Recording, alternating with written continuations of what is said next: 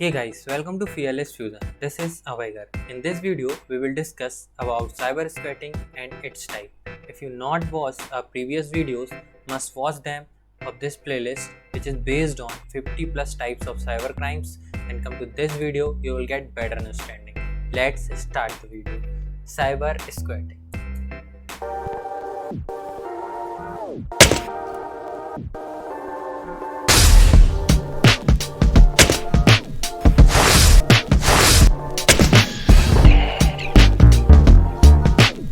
Cyber squatting. It is also known as domain squatting. Cyber squatting is the practice of registering a domain name that is the same or a similar name of an already established trademark or brand. Let's suppose कि मैं कोई company को establish करने वाला हूँ XYZ private limited. अगर attacker को कहीं से इंफॉर्मेशन लग जाती है कि मैं कंपनी को establish करने वाला हूँ, सो यहाँ पर अटैकर क्या कर सकता है कि जो भी रिलेटेड डोमेन्स हैं अवेलेबल अभी मेरे नाम से रिलेटेड उनको परचेज कर सकता है और उनको परचेज करके वो अपने पास स्टॉक में रख सकता है एंड लोगोस क्रिएट करके रख सकता है. जब वो डोमेन नेम उसने परचेज कर लिया दैट मीन्स कि वो उसके लिए रजिस्टर हो चुकी है. अब मैं जब क्रिएट करने जाऊँगा तो मुझे नहीं मिलेगी, बट मुझे तो चाहिए and it's my need.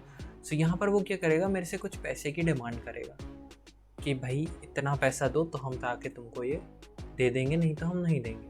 So this is cyber squatting. It has 4 types.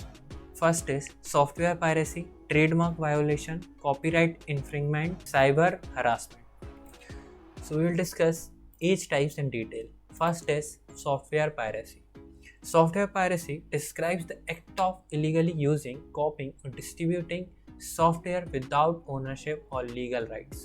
तो यहाँ पर कोई सॉफ्टवेयर किसी ने क्रिएट किया है, फ्री है तो नो प्रॉब्लम, बट अगर वो पेड है या वहाँ पे कोई सर्विसेज के चार्ज देने पड़ रहे हैं एंड आप उस सर्विसेज को परचेज करने के बाद आप डिस्ट्रीब्यूट कर देते हो अपने फ्रेंड्स फैमिली के साथ, so it is software piracy. So जैसे कि नेटफ्लिक्स का एग्जांपल लेते हैं. नेटफ्लिक्स का सब्सक्रिप्शन कोई एक लेता है और फिर उसके बाद एक लेने के बाद वो डिस्ट्रीब्यूट कर देता है अपनी फैमिली एंड फ्रेंड्स में. तो यहाँ पर लॉस हो रहा है कंपनी का मनी से रिलेटेड, और वो जहाँ पे 4 लोग अलग अलग सर्विसेज उसकी ले सकते थे बट एक ही सर्विसेज लेने के बाद उन लोग उसका यूज़ कर रहे हैं. सो it is also a crime which is software piracy. The majority of software today is purchased as single user license, meaning that only one computer may have that software installed on it at one time. तो ऐसा ही होता है कि यहाँ पर जो softwares होते हैं वो सिंगल यूज़र लाइसेंस होते हैं बट यूज़ उनको बहुत सारे लोग कर रहे होते हैं. Next is copying that software to multiple computers और sharing it with your friend without multiple license is considered software piracy. तो यहाँ पर भाई अगर वहाँ पे ऑथर है जो सॉफ्टवेयर का, उसने अगर आपको अलाउ किया है कि कोई एक ही पर्सन उसको सर्विस को यूज़ कर सकता है और आप उसको डिस्ट्रीब्यूट कर रहे हैं, then it is a crime. And even आप उसकी कॉपीज़ क्लोन्स बनते हैं, कॉपी क्लोन बना के आप अगर उसको सेल कर रहे हैं या एनीथिंग कि आप फ्रेंड्स के साथ शेयर कर रहे हैं, so this is cover under this crime. Next is trademark violation. Trademark violation occurs when someone uses another's trademark without permission in a manner that is likely to cause confusion among consumers as to the source of the goods or services. So trademark violation क्या होता है? What is trademark? Trademark एक ऐसा mark होता है, let's suppose logo or any company's name which is inserted with their products or their services so that no one can use without their permission or no one can misuse this. सो यहाँ पर सीधा सीधा मतलब ये होता है कि जैसे कि कोई लोगो है या कोई मेरे ब्रांड का नेम है, अगर मैं नोट्स भी सेल कर रहा हूँ तो नोट्स के बीच में मैं सब नेम को डाल के देता हूँ और लोगो को लगा के दे रहा हूँ. अगर बाय चांस वो सेम लोगो कोई और परचेज करे या कोई और क्रिएट करके और कुछ दूसरे नोट्स मेरे नाम पर लेकर सेल कर रहा है, that means this is trademark violation.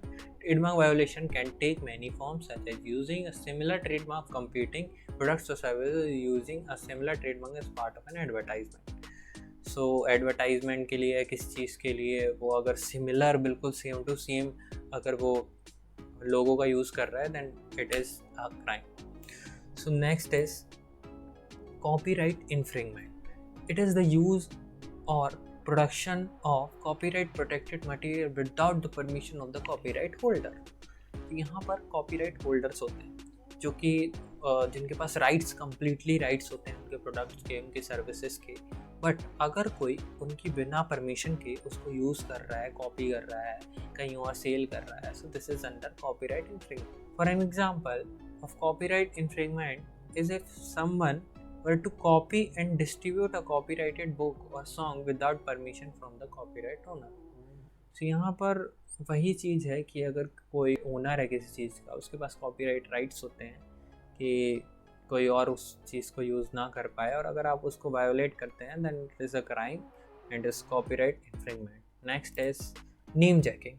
Name jacking squatting is when someone takes a website or a social media handle that is similar to a well-known brand's name. अब नेम जैकिंग क्या होता है, मैं आपको एक एग्जांपल के through समझाता हूँ. जैसे कि google.com. अब यहाँ पर google.com में अगर कोई इस L को अगर 1 कर दे और एक दूसरा डोमेन नेम परचेज करके सिमिलर गूगल जैसी वेबसाइट बना ले, दैट मीन्स कि वो लेजिटिमेट सोर्स नहीं होगा और वो एक क्राइम है. लेट्स सपोज google.com कैसे दिखने लगेगा,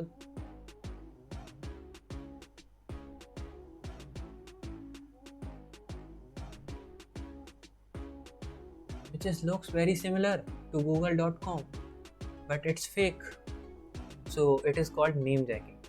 So it's all about cyber squatting and its type. Hope you like the video. Please subscribe the channel, share with your friends and like the video. Thank you and have a nice day.